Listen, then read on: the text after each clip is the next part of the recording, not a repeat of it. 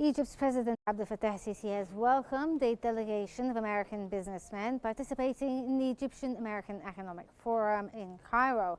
The delegation was led by Suzanne Clark of the U.S. Chamber of Commerce and John Chrisman of the Egyptian-American Business Council. President el-Sisi expressed Egypt's readiness to collaborate with U.S. businesses across various sectors, highlighting Egypt's potential as an industrial hub and its strategic location as a gateway to Arab and African markets. He also pledged to provide full support and facilities for U.S. investments.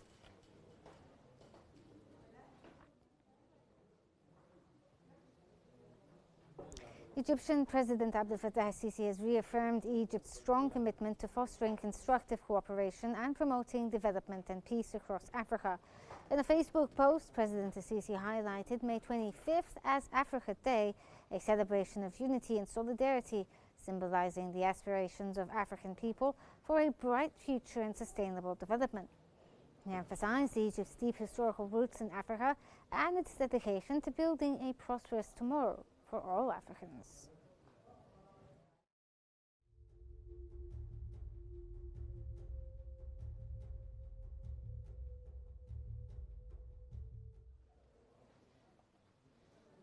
Egypt's Foreign Minister Badr Abdulati has called for continued support of the legitimate rights of the Palestinian people, highlighting the unprecedented humanitarian crisis in Gaza.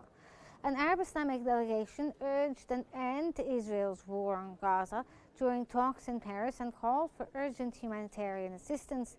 Abdulati also emphasized the upcoming two-state solution conference in New York from June 17th to the 20th, co-chaired by France and Saudi Arabia, aiming for the recognition of Palestine and regional stability.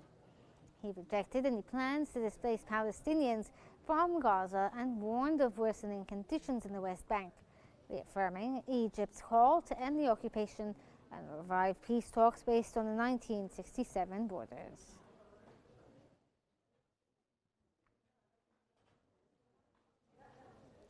The Arab Islamic Ministerial Committee, chaired by Saudi Arabia's Foreign Minister Prince Faisal bin Farhan and including senior officials from Egypt, Qatar, Palestine, Jordan, Turkey, the Arab League and OIC have met in Madrid to address the Gaza Strip and the West Bank crisis.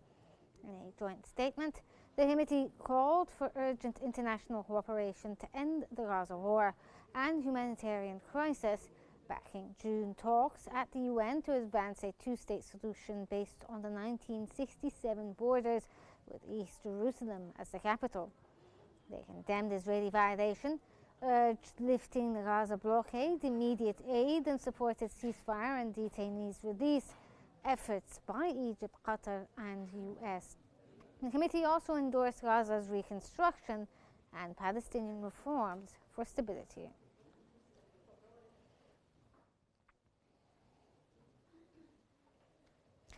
Trucks loaded with humanitarian aid bound for Gaza were seen waiting at the Karam Abu Salem border crossing. The supplies, including wheat, flour, cooking oil and canned food, were assembled in a designated compound before being transferred into vehicles for delivery into the enclave. This movement of aid comes as humanitarian assistance has begun to slowly resume following Israel's partial easing of the blockade that had been in place since early March amid growing international pressure to allow relief into the region.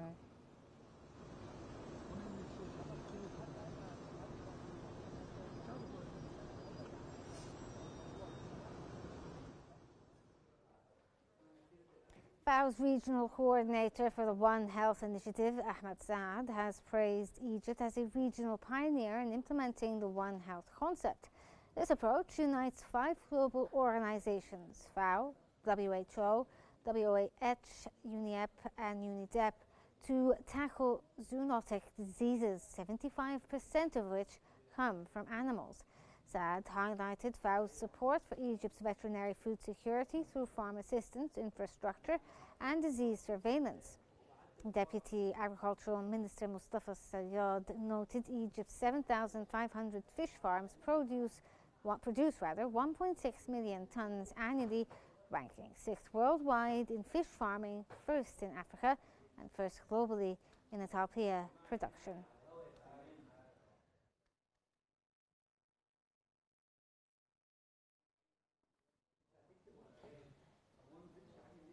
The civil society Hajj mission in Saudi Arabia has received 6,779 Egyptian pilgrims since the start of Hajj pilgrimage on May 18th. According to Ayman Abdel Mawhoud, Undersecretary of Egypt's Ministry of Social Solidarity and the head of the mission, 2,625 pilgrims arrived through Jeddah's airport and 4,154 via Medina Airport.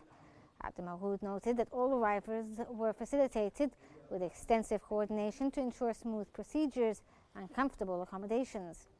Daily flights will continue until all pilgrims are transported by Friday, May 30th. The ministry has pledged comprehensive services, including safe transport and round-the-clock monitoring, through a central operation room and field committees in Mecca and Medina.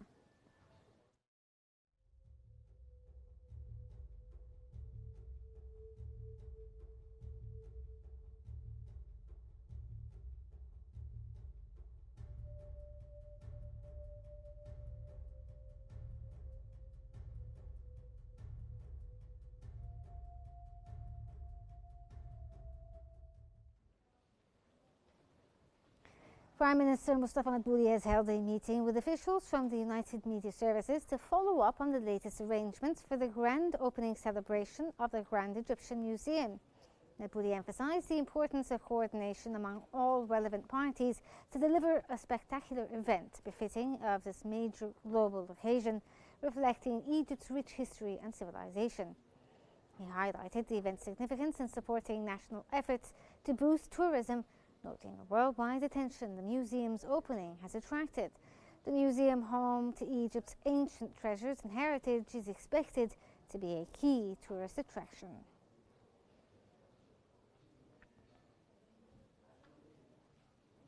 Egypt has launched the implementation phase of the Egyptian Genome Project with the ceremonial handover of genome data from national athletes under the initiative known as GeneNext.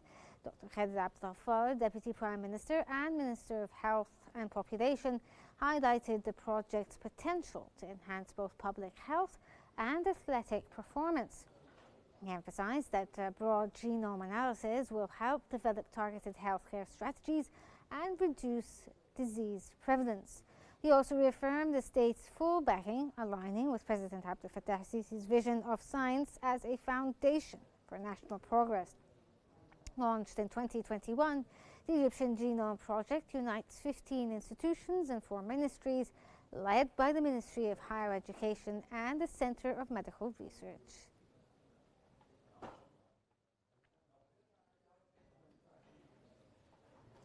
Minister of Culture Ahmed Fouad Hano has denied rumours about closing cultural palaces, houses or affiliated rented apartments, calling such claims misleading. He confirmed that these cultural centres continue to operate fully across all regions, providing vital cultural artistic services. Hano emphasised the valuable community serving space will remain open. He explained that the ministry is currently conducting a comprehensive evaluation to reorganize work, improve infrastructure and enhance staff efficiency. No final decision has been made yet, and the process is still under study and coordination.